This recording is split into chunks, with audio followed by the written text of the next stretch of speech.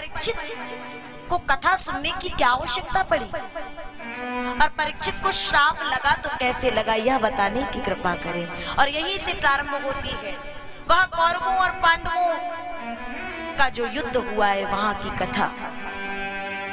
सूत जी ने कहा वैसे हम इस प्रसंग को कहते नहीं, लेकिन कहे इसलिए रहे हैं क्योंकि ये परीक्षित वो है जीवन भर भजन करने के बाद जीव को अंतिम में भगवान नाम याद नहीं आता है। और ये परीक्षित वो भक्त है जिसे जन्म से पहले ही भगवान ने गर्भ में जाकर के दर्शन दे दिया और तब वो मानस की चौपाई याद आती है।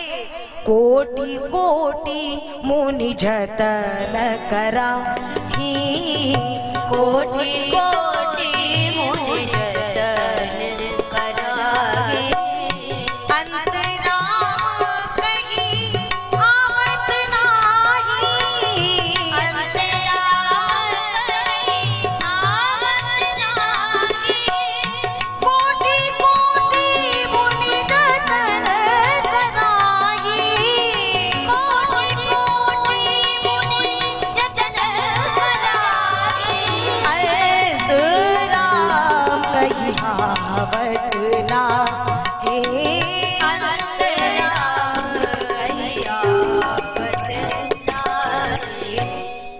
कौरवों और पांडवों का घमासान युद्ध चला है।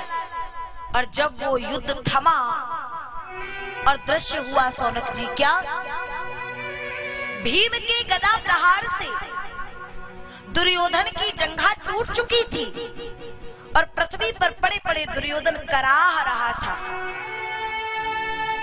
मित्र अश्वत्थामा आता है और दुर्योधन को देख करके कहता है अरे ऐसा कुकृत्य करने वाला है कौन, अरे मेरे रहते हुए मेरे मित्र को कोई इतना कष्ट दे दे, मैं तुरंत उसका जाकर के प्राणांत कर दूंगा।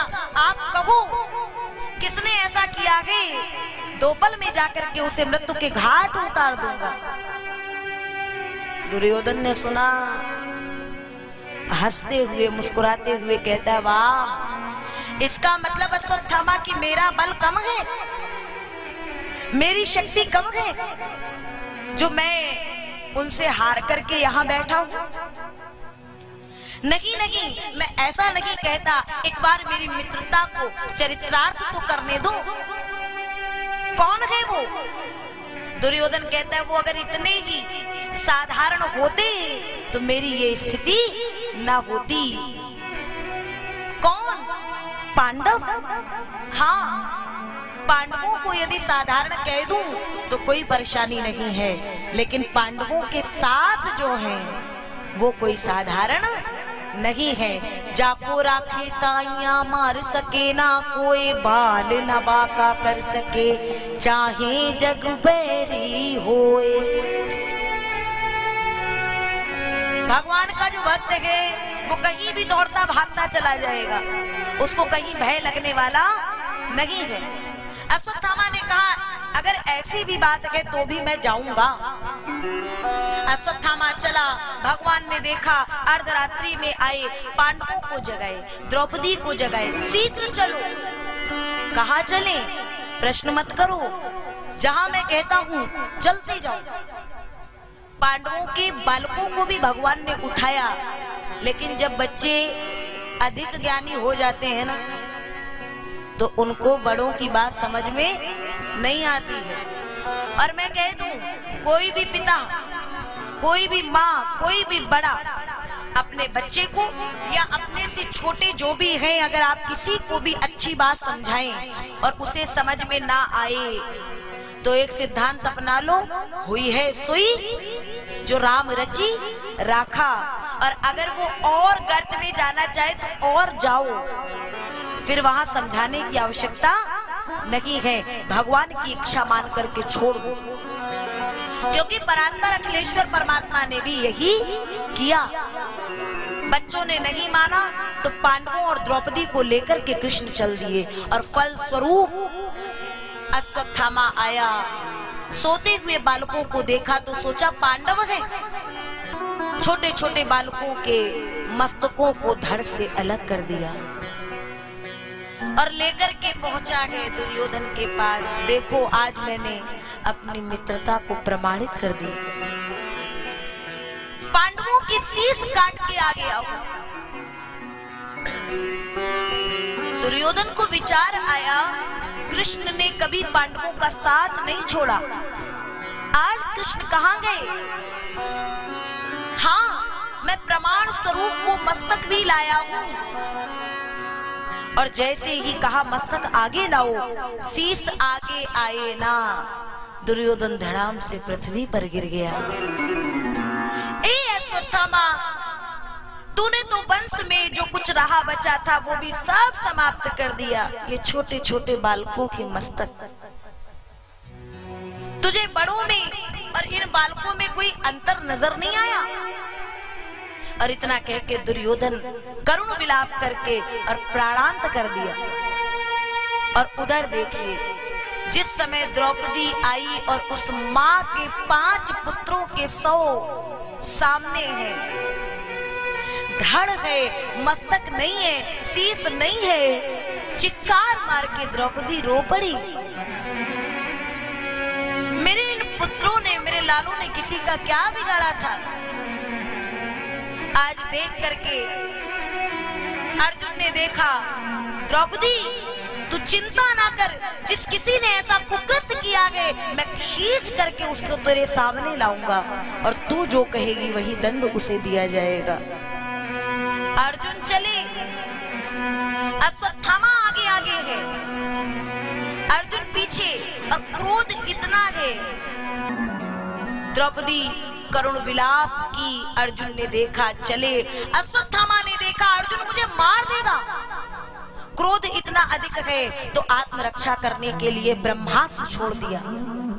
तीनों लोग उस ब्रह्मास्त्र से जलने लगे, क्योंकि अश्वत्थामा को ब्रह्मास्त्र चलाना तो आता था लेकिन वापस बुलाना नहीं आता था। अर्जुन ने देखा, अर्जुन ने भी ब्रह्मास्त्र छोड़ा, दोनों ब्रह्मास्त्र आपस में टकरा करके शांत होकर के गिरे। और अर्जुन गया, अश्वत्थामा के केसों को खींच करके लाया, सभागार में रख दिया। द्रौपदी यही है वो जिसने हमारे 5 निरपराध बालकों की हत्या कर दी। कहो क्या कहे? धन्य है भारत देश, और धन्य है यहाँ की माँ, मातृशक्ति कम करके। द्रौपदी कहती है, मुंचताम मेष, ब्राह्मणों नितराम गुरु, इन्हें छोड़ दो, ये ब्राह्मण हैं, फिर गुरु के पुत्र हैं। अगर इनको मार भी दोगे तो भी मेरे मृतक पुत्र लौट के वापस आने वाले नहीं हैं। और याद करिए, इनके पिता ने जो शिक्षा इन्हें नहीं दी, वो शिक्षा, वो विद्या आपको दी। ये आपके गुरु के पुत्र हैं, और अगर इन्हें कुछ हुआ और इनकी मां के हृदय से आह निकलेगी तो मेरे पुत्र तो नहीं रहे, मेरे पतियों पर कोई आंच आए, ऐसा मैं नहीं चाहती। छोड़ दो। भीम कहते नहीं, मार दो।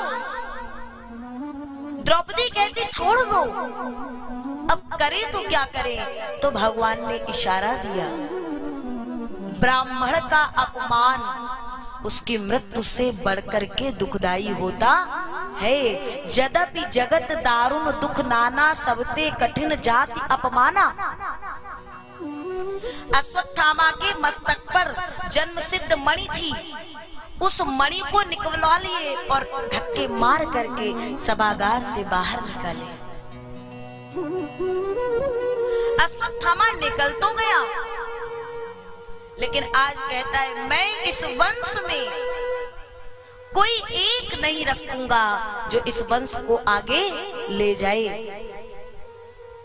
चारों ओर देख रहा है, विचार कर रहा है, कौन है ऐसा जो कि इस वंश को आगे बढ़ा दे। और भगवान श्री कृष्ण द्वारिका की ओर जाने के लिए तैयार है, और उतने में ही अश्वत्थामा ने देखा कि उत्तरा गर्भवती है, उसके गर्भ में जो बालक पल रहा है वंश को आगे बढ़ा देगा। ब्रह्मास्त्र छोड़ दिया है, महाभारत के युद्ध में उत्तरा का जो पति है अभिमन्यु मारे गए और उत्तरा सगर्भा थी। अश्वत्थामा ने ब्रह्मास्त्र छोड़ा, उत्तरा दौड़ती रोती हुई आई है गोविंद के श्री चरणों के पास। पाही पाही महायोगिनी देव देव जगतपते नान्यं त्वद्भयोपशे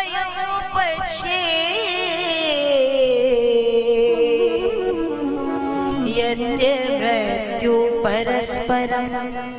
हे गोविंद, हे गोपाल, 2 पल के लिए ठहर जाओ, रुक जाओ। ये मृत्यु मेरी ओर आ रही है, जरा इस काल को बचाओ प्रभु, मुझे नहीं, मेरे गर्भस्थ शिशु की रक्षा कर लो। भगवान ने देखा कि एक चरण रथ पे था और एक चरण धरती पर था। भगवान वहीं रुक गए, थम गए मेरे गोविंद, और जाकर के एक स्थूल रूप में बाहर है और बाहर जितने भक्त विराजे हैं उनकी रक्षा करते हैं, और दूसरे सूक्ष्म रूप से भीतर जाते हैं गर्भ के, और गर्भ के भीतर जाकर के पूरे गर्भ को सुदर्शन से घेर लेते हैं और गर्भस्थ शिशु की रक्षा करते हैं। ब्रह्मास्त्र शांत होता है और भगवान ने देखा और विदा लेकर के जब आगे बढ़ने को चले ना, तो वो कुंती आई और कृष्ण के चरणों में गिर गई। प्रभु, आज तक हम जितने भी हैं ना, वो आपके वास्तविक रूप को पहचान नहीं पाए। किसी ने आपको अपना भाई जाना, किसी ने आपको अपना मित्र जाना, किसी ने भतीजा जाना।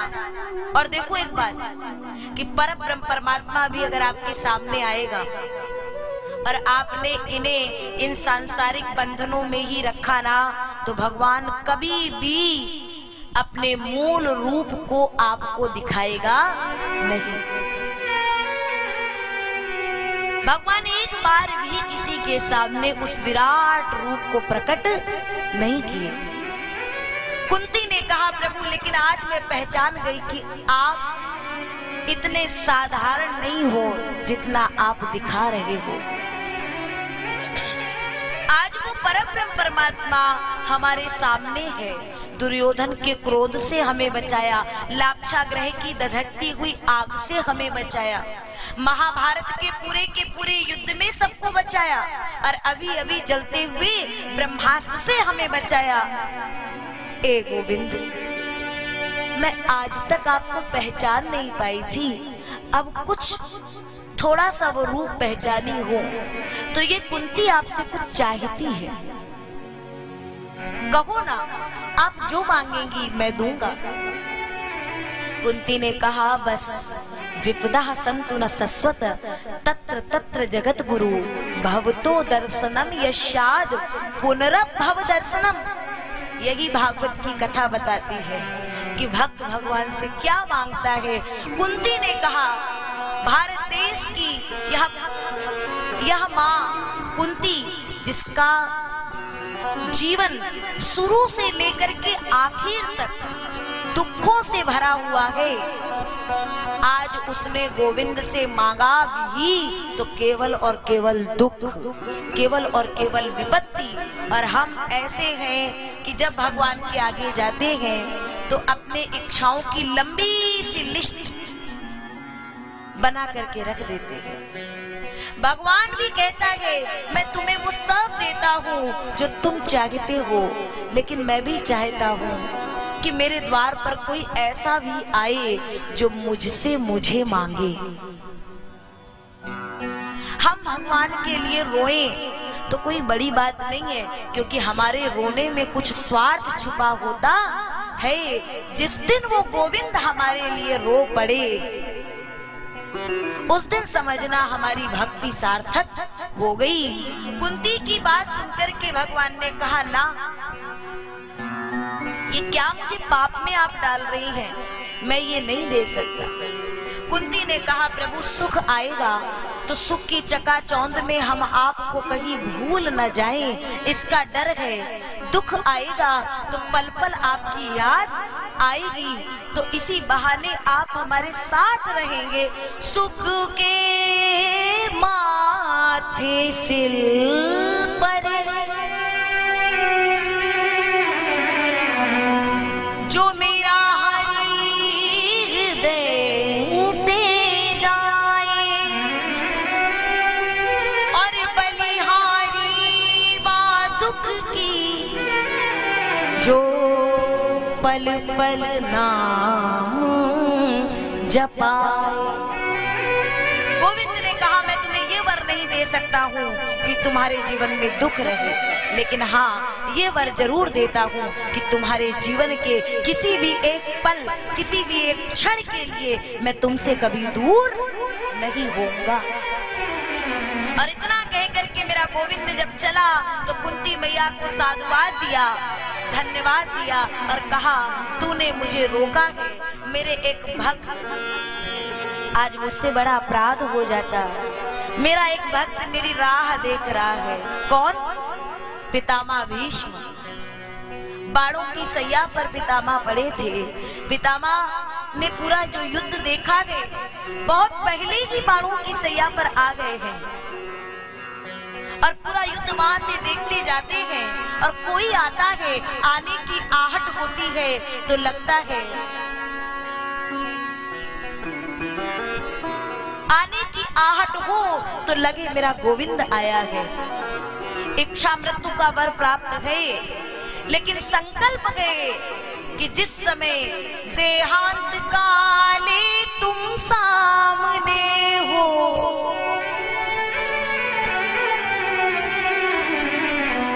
देहांत काले तुम सामने हो, बस मुरली बजाते मन को लुभाते। ए गोविंद, यही नाम मुख से मैं गाता रहूं, गोविंद दामोदर माधवेति। हे गोविंद, बस इतना मैं नाम गाता रहूं और तुम मेरे सामने हो, मुरली अधर पे लगी हो और इस तन से प्राण जा रहे हो सरकार।